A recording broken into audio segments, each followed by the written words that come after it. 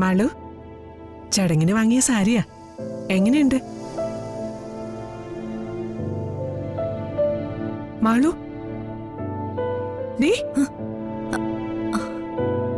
നിന്റെ മനസ്സ് ഇവിടെയൊന്നും അല്ലല്ലോ. എന്തു പറ്റി? ഒന്നല്ല അമ്മായി. അല്ല, ദേ എന്തോ ഉണ്ട്. നിനക്കൊരു പ്രസരിപ്പില്ലല്ലോ.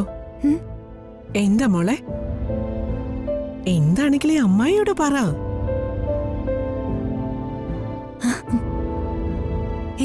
ഒന്നുമില്ല.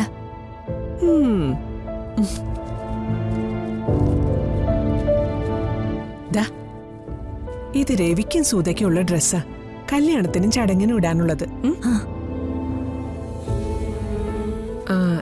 ഇത് നിനക്ക്, ഇത് മേഘയ്ക്കും മണിക്കുട്ടനും ഉള്ളത്. അയ്യോ, ഒരു മിനിറ്റ്.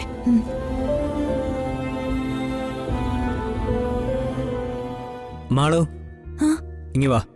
എന്താ ശ്രീയേട്ടാ? ഇങ്ങി വാ, പറയാം.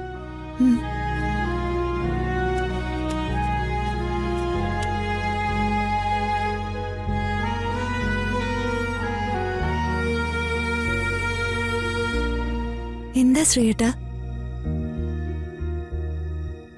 മാളൂട്ടി, ഏട്ടനൊരു കാര്യം ചോദിച്ചാ മാളൂട്ടി സത്യം പറയണം. സന്തോഷത്തോടെ തന്നെയല്ലേ നീ ഈ കല്യാണത്തിന് സമ്മതിച്ചത്? പഠിച്ചൊരു നല്ല നിലയ്ക്ക് എത്തണമെന്നും ഒരു ജോലി സമ്പാദിച്ച് നിന്റെ കുടുംബത്തെ സംരക്ഷിക്കണമെന്നൊക്കെ ഏട്ടനോട് മാളൂട്ടി പറഞ്ഞിട്ടുള്ളതല്ലേ? അതൊക്കെ മറന്ന് നീ കല്യാണത്തിന് സമ്മതിച്ചു എന്ന് ഈ ഏട്ടന് വിശ്വസിക്കാൻ പറ്റുന്നില്ല. ആഹാ, ഇന്നലെ അമൃതയെ കണ്ടിട്ടും ശ്രീയേട്ടൻ ഈ ഗിഫ്റ്റ് കൊടുത്തില്ലേ? എടുക്കാൻ മറന്നു കാണുമല്ലേ? ഏയ്, ഞാൻ ഓർത്തുകൊണ്ട് പോയതാ. പിന്നെന്താ കൊടുക്കാതിരുന്നേ? അവിടുത്തെ ഒരു സാഹചര്യം വെച്ച് കൊടുക്കാൻ പറ്റിയില്ല. എന്തേ, ഏട്ടത്തിക്ക് ഇഷ്ടായില്ല?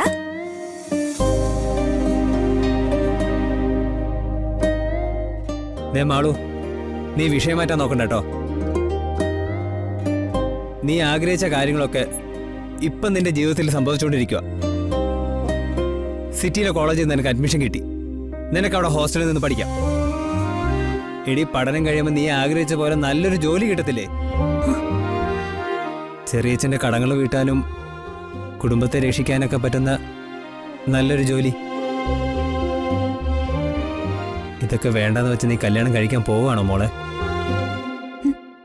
എടി, നീ ആഗ്രഹിച്ചൊരു കുടുംബജീവിതത്തിലേക്ക് പോവുകയാണെങ്കിൽ ഈ ഏട്ടന് സന്തോഷമേ ഉള്ളൂ. പക്ഷേ നിന്റെ സ്വപ്നങ്ങളെയും ലക്ഷ്യങ്ങളെയും കുറിച്ച് നന്നായിട്ട് അറിയാവുന്ന ഒരാളല്ലേ ഞാൻ. അതുകൊണ്ടാണ് ഞാൻ വീണ്ടും വീണ്ടും ചോദിക്കുന്നത്. സത്യം പറ, ചെറിയമ്മ നിന്നെ നിർബന്ധിച്ച് കല്യാണത്തിന് സമ്മതിപ്പിച്ചതല്ലേ? അതല്ലേ സത്യം? അല്ല ശ്രീയേട്ടാ, ഞാൻ ഇഷ്ടത്തോടു കൂടി തന്നെയാ ഈ കല്യാണത്തിന് സമ്മതിച്ച്. അപ്പൊ നിന്റെ പഠിത്തം? ഞാൻ പറഞ്ഞല്ലോ, കല്യാണം കഴിഞ്ഞാലും എന്നെ പഠിപ്പിക്കാൻ അവര് സമ്മതിച്ചിട്ടുണ്ട്.